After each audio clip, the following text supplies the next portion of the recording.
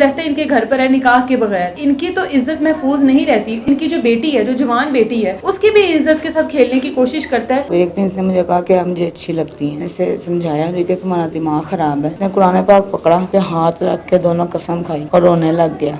यकीन कर लिया मैंने। उसके बाद ये हमारे घर पर रहा तकरीबन 7 से 8 दिन। ऐसे रहे जैसे मियाँ बीवी रहते हैं आपस में। इसने मुझे कहा मेरी बेटी ने कि मामा ये मेरे साथ बदतमीजी कर रहा था। मैं परेशान तो हुई लेकिन यकीन नहीं आया मुझे। वो कहता था कि ये मेरी बहनों की तरह है, मेरी बेटियों की तरह। अगर मैं इनकी तरफ बुरी नजर डालूं तो मैं अपनी माँ बहन के ऊपर नजर डालूं। मैं अभी लेटी थोड़ी देर हुई होगी, इसने फिर वही हरकत की। ये मेरी बेटी की शर्ट उतार रहा था। मैंने अपनी आंखों से देखा। मुझे ऐसा लगा जैसे कोई इंसान जीते जी मर नहीं जाता। लोगों को जाके ये कहता रहा जी मेरे साथ तो माँ भी सब कुछ करती है और उसकी बेटी भी सब कुछ करती है। बाहर जाने के काबिल नहीं छोड़ा इसने। जगह जगह पे जलील कर लोग आवाजें लगाते हैं, हमारे साथ भी रह लो, हम भी निकाह करेंगे। इस टाइम ये खातून में ऐसा मौजूद है, बेवा खातून है और बच्चों वाली है।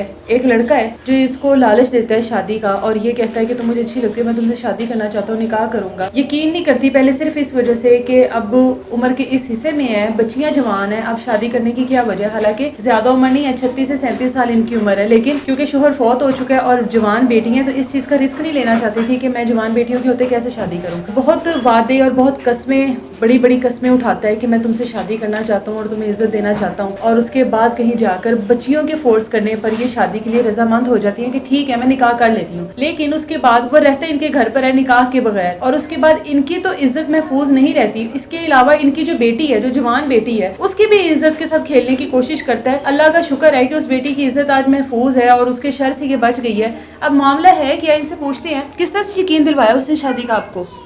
ये हमारे घर पर रमज़ान में आना जाना शुरू हुआ था। आप जानती हैं उसको पहले से? नई कपड़े वगैरह सिलाई करवाए, पास ही में रहता है, दर्जी का काम करता है। अच्छा। तो शहरी वगैरह मंगवाते थे तो इस तरह घुल मिल गया हमें। मेरे बेटे को भी जानता था ये पहले से। तो एक दिन से मुझे कहा कि आप मुझे अच्छी लगती हैं। मैंने इसे समझाया भी कि तुम्हारा दिमाग ख़राब है। ये बातें मैंने कहा मजाक वाली हैं कि मजाक ऐसा किसी से नहीं करते। तो फिर ये तकरीबन 2-3 दिन लगातार यही बात दोहराता रहा। इसने कुरान पाक पकड़ा, उस पर हाथ रख के दोनों कसम खाई और रोने लग गया। कहता कि मैं वाकई आपसे निकाह करना चाहता हूँ, मैं नहीं रह सकता आपके बगैर। इतनी ज़ोर ज़ोर से रोने लगा कि मेरे बच्चे कहने लगे कि मामा आप वो सच्चा है, कभी आदमी भी रोया है। वो कुरान पाक पे हाथ रखा है, वो सच बोल रहा है, आप क्यों इतना उसका यकीन नहीं कर रही। तो मैंने कहा चलो ठीक है, अल्लाह ताला की ज़ात को जब वो बीच में लाया मैंने उसका यकीन कर लिया मैंने। उसके बाद ये हमारे घर पर रहा तकरीबन 7 से 8 दिन। ऐसे रहे जैसे मियाँ बीवी रहते हैं आपस में। मतलब आपने भी निकाह के बगैर उसको फिर कबूल कर लिया उसकी इस कसम के बाद? जी, इसने कहा ईद के फ़ौरन बाद ना हम निकाह कर लेंगे। तो एक दिन मैं अपनी सिस्टर की तरफ गई हूँ, मेरी बड़ी बेटी इससे बड़ी है और ये घर पर थी। मैं वापसी आई हूँ तो ये आया, तो ये कोक लेके आया बोतल। तो इसने खुद ही गिलास में डाली है, खुद ही लेके आया बाहर से कोक। मैं बीपी मेरा वैसे हाई रहता है, नींद नहीं आती। पता नहीं कैसे उस दिन मैं 10 बजे ही सो गई। तो मुझे एकदम से इसके रोने की आवाज़ आई, उसने उतनी देर में वो चला गया था। इसने मुझे कहा मेरी बेटी ने कि मामा ये मेरे साथ बदतमीजी कर रहा था, मेरे कपड़े उतार रहा था। मैं परेशान तो हुई लेकिन यकीन नहीं आया मुझे को, क्योंकि वो कहता था कि ये मेरी बहनों की तरह है, मेरी बेटियों की तरह।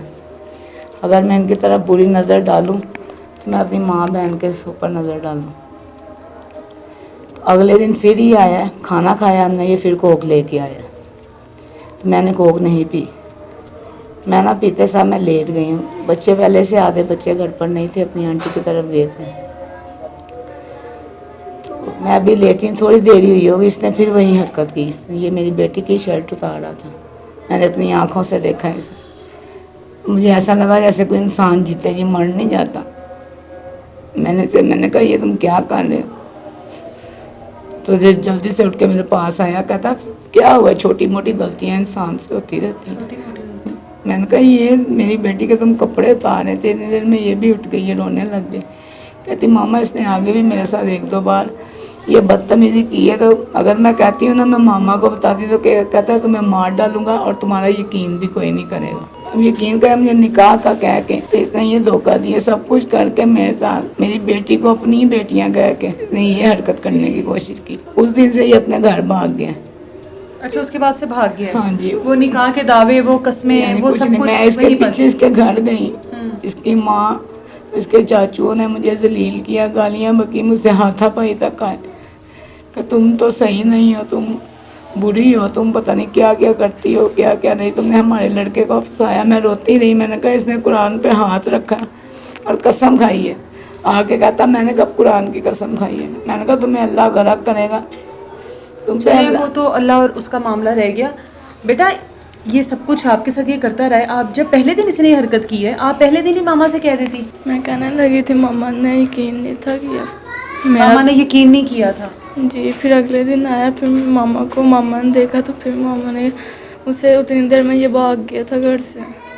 फिर उसके बाद नहीं आया। जब इसने आपके साथ ऐसी कोई हरकत किया, आप इसको मारती, वहाँ पर शोर करती, इसने इसको मेरे पूरे बाजू जलील करके यहाँ से पकड़ लिए निकालते? थे। इसने मेरे बाजू पकड़ लिए थे। आप बता रही थी मोहल्ले वाले भी अब आपको आवाज़ें कसते हैं बाहर ये निकलने पर। बाहर जाए, बाहर लोगों को जाके ये कहता रहे बाजार में खड़ा होके जी मेरे साथ तो माँ भी सब कुछ करती है और उसकी बेटी भी सब कुछ करती है।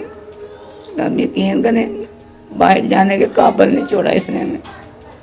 आगे कोई नहीं है मेरा, ना कोई बहन भाई, ना माँ ना बाप, कोई भी नहीं है। गलती की है कि ऐसे इंसान पर भरोसा करके जो आपको बस कसमें इसने अल्लाह का नाम लिया और मैंने इस पे यकीन कर लिया। अब जो है जगह जगह पे जलील कर लोग आवाज़ें लगाते हैं, हमारे साथ भी रह लो, हम भी निकाह करेंगे, या तो अब इसकी सजा ही है ये मुझसे निकाह करें, चाहे एक दिन के लिए क्यों ना ऐसे करे। मर्द के साथ कैसे निकाह कर सकती है जिससे आपकी बेटी की इज्जत महफूज नहीं है? जिसने मेरे साथ इतना कुछ कर लिया, या फिर मुझे मर जाना चाहिए। ये इसकी सजा ही सही। क्यों ये इस वजह से भागा? इसके घर वालों ने कहा कि हम इसके टुकड़े कर देंगे, तुमसे क्यों निकाह करेंगे। पहले इसके घर वालों को पता था, सबको पता था ये मेरे घर पे रहना।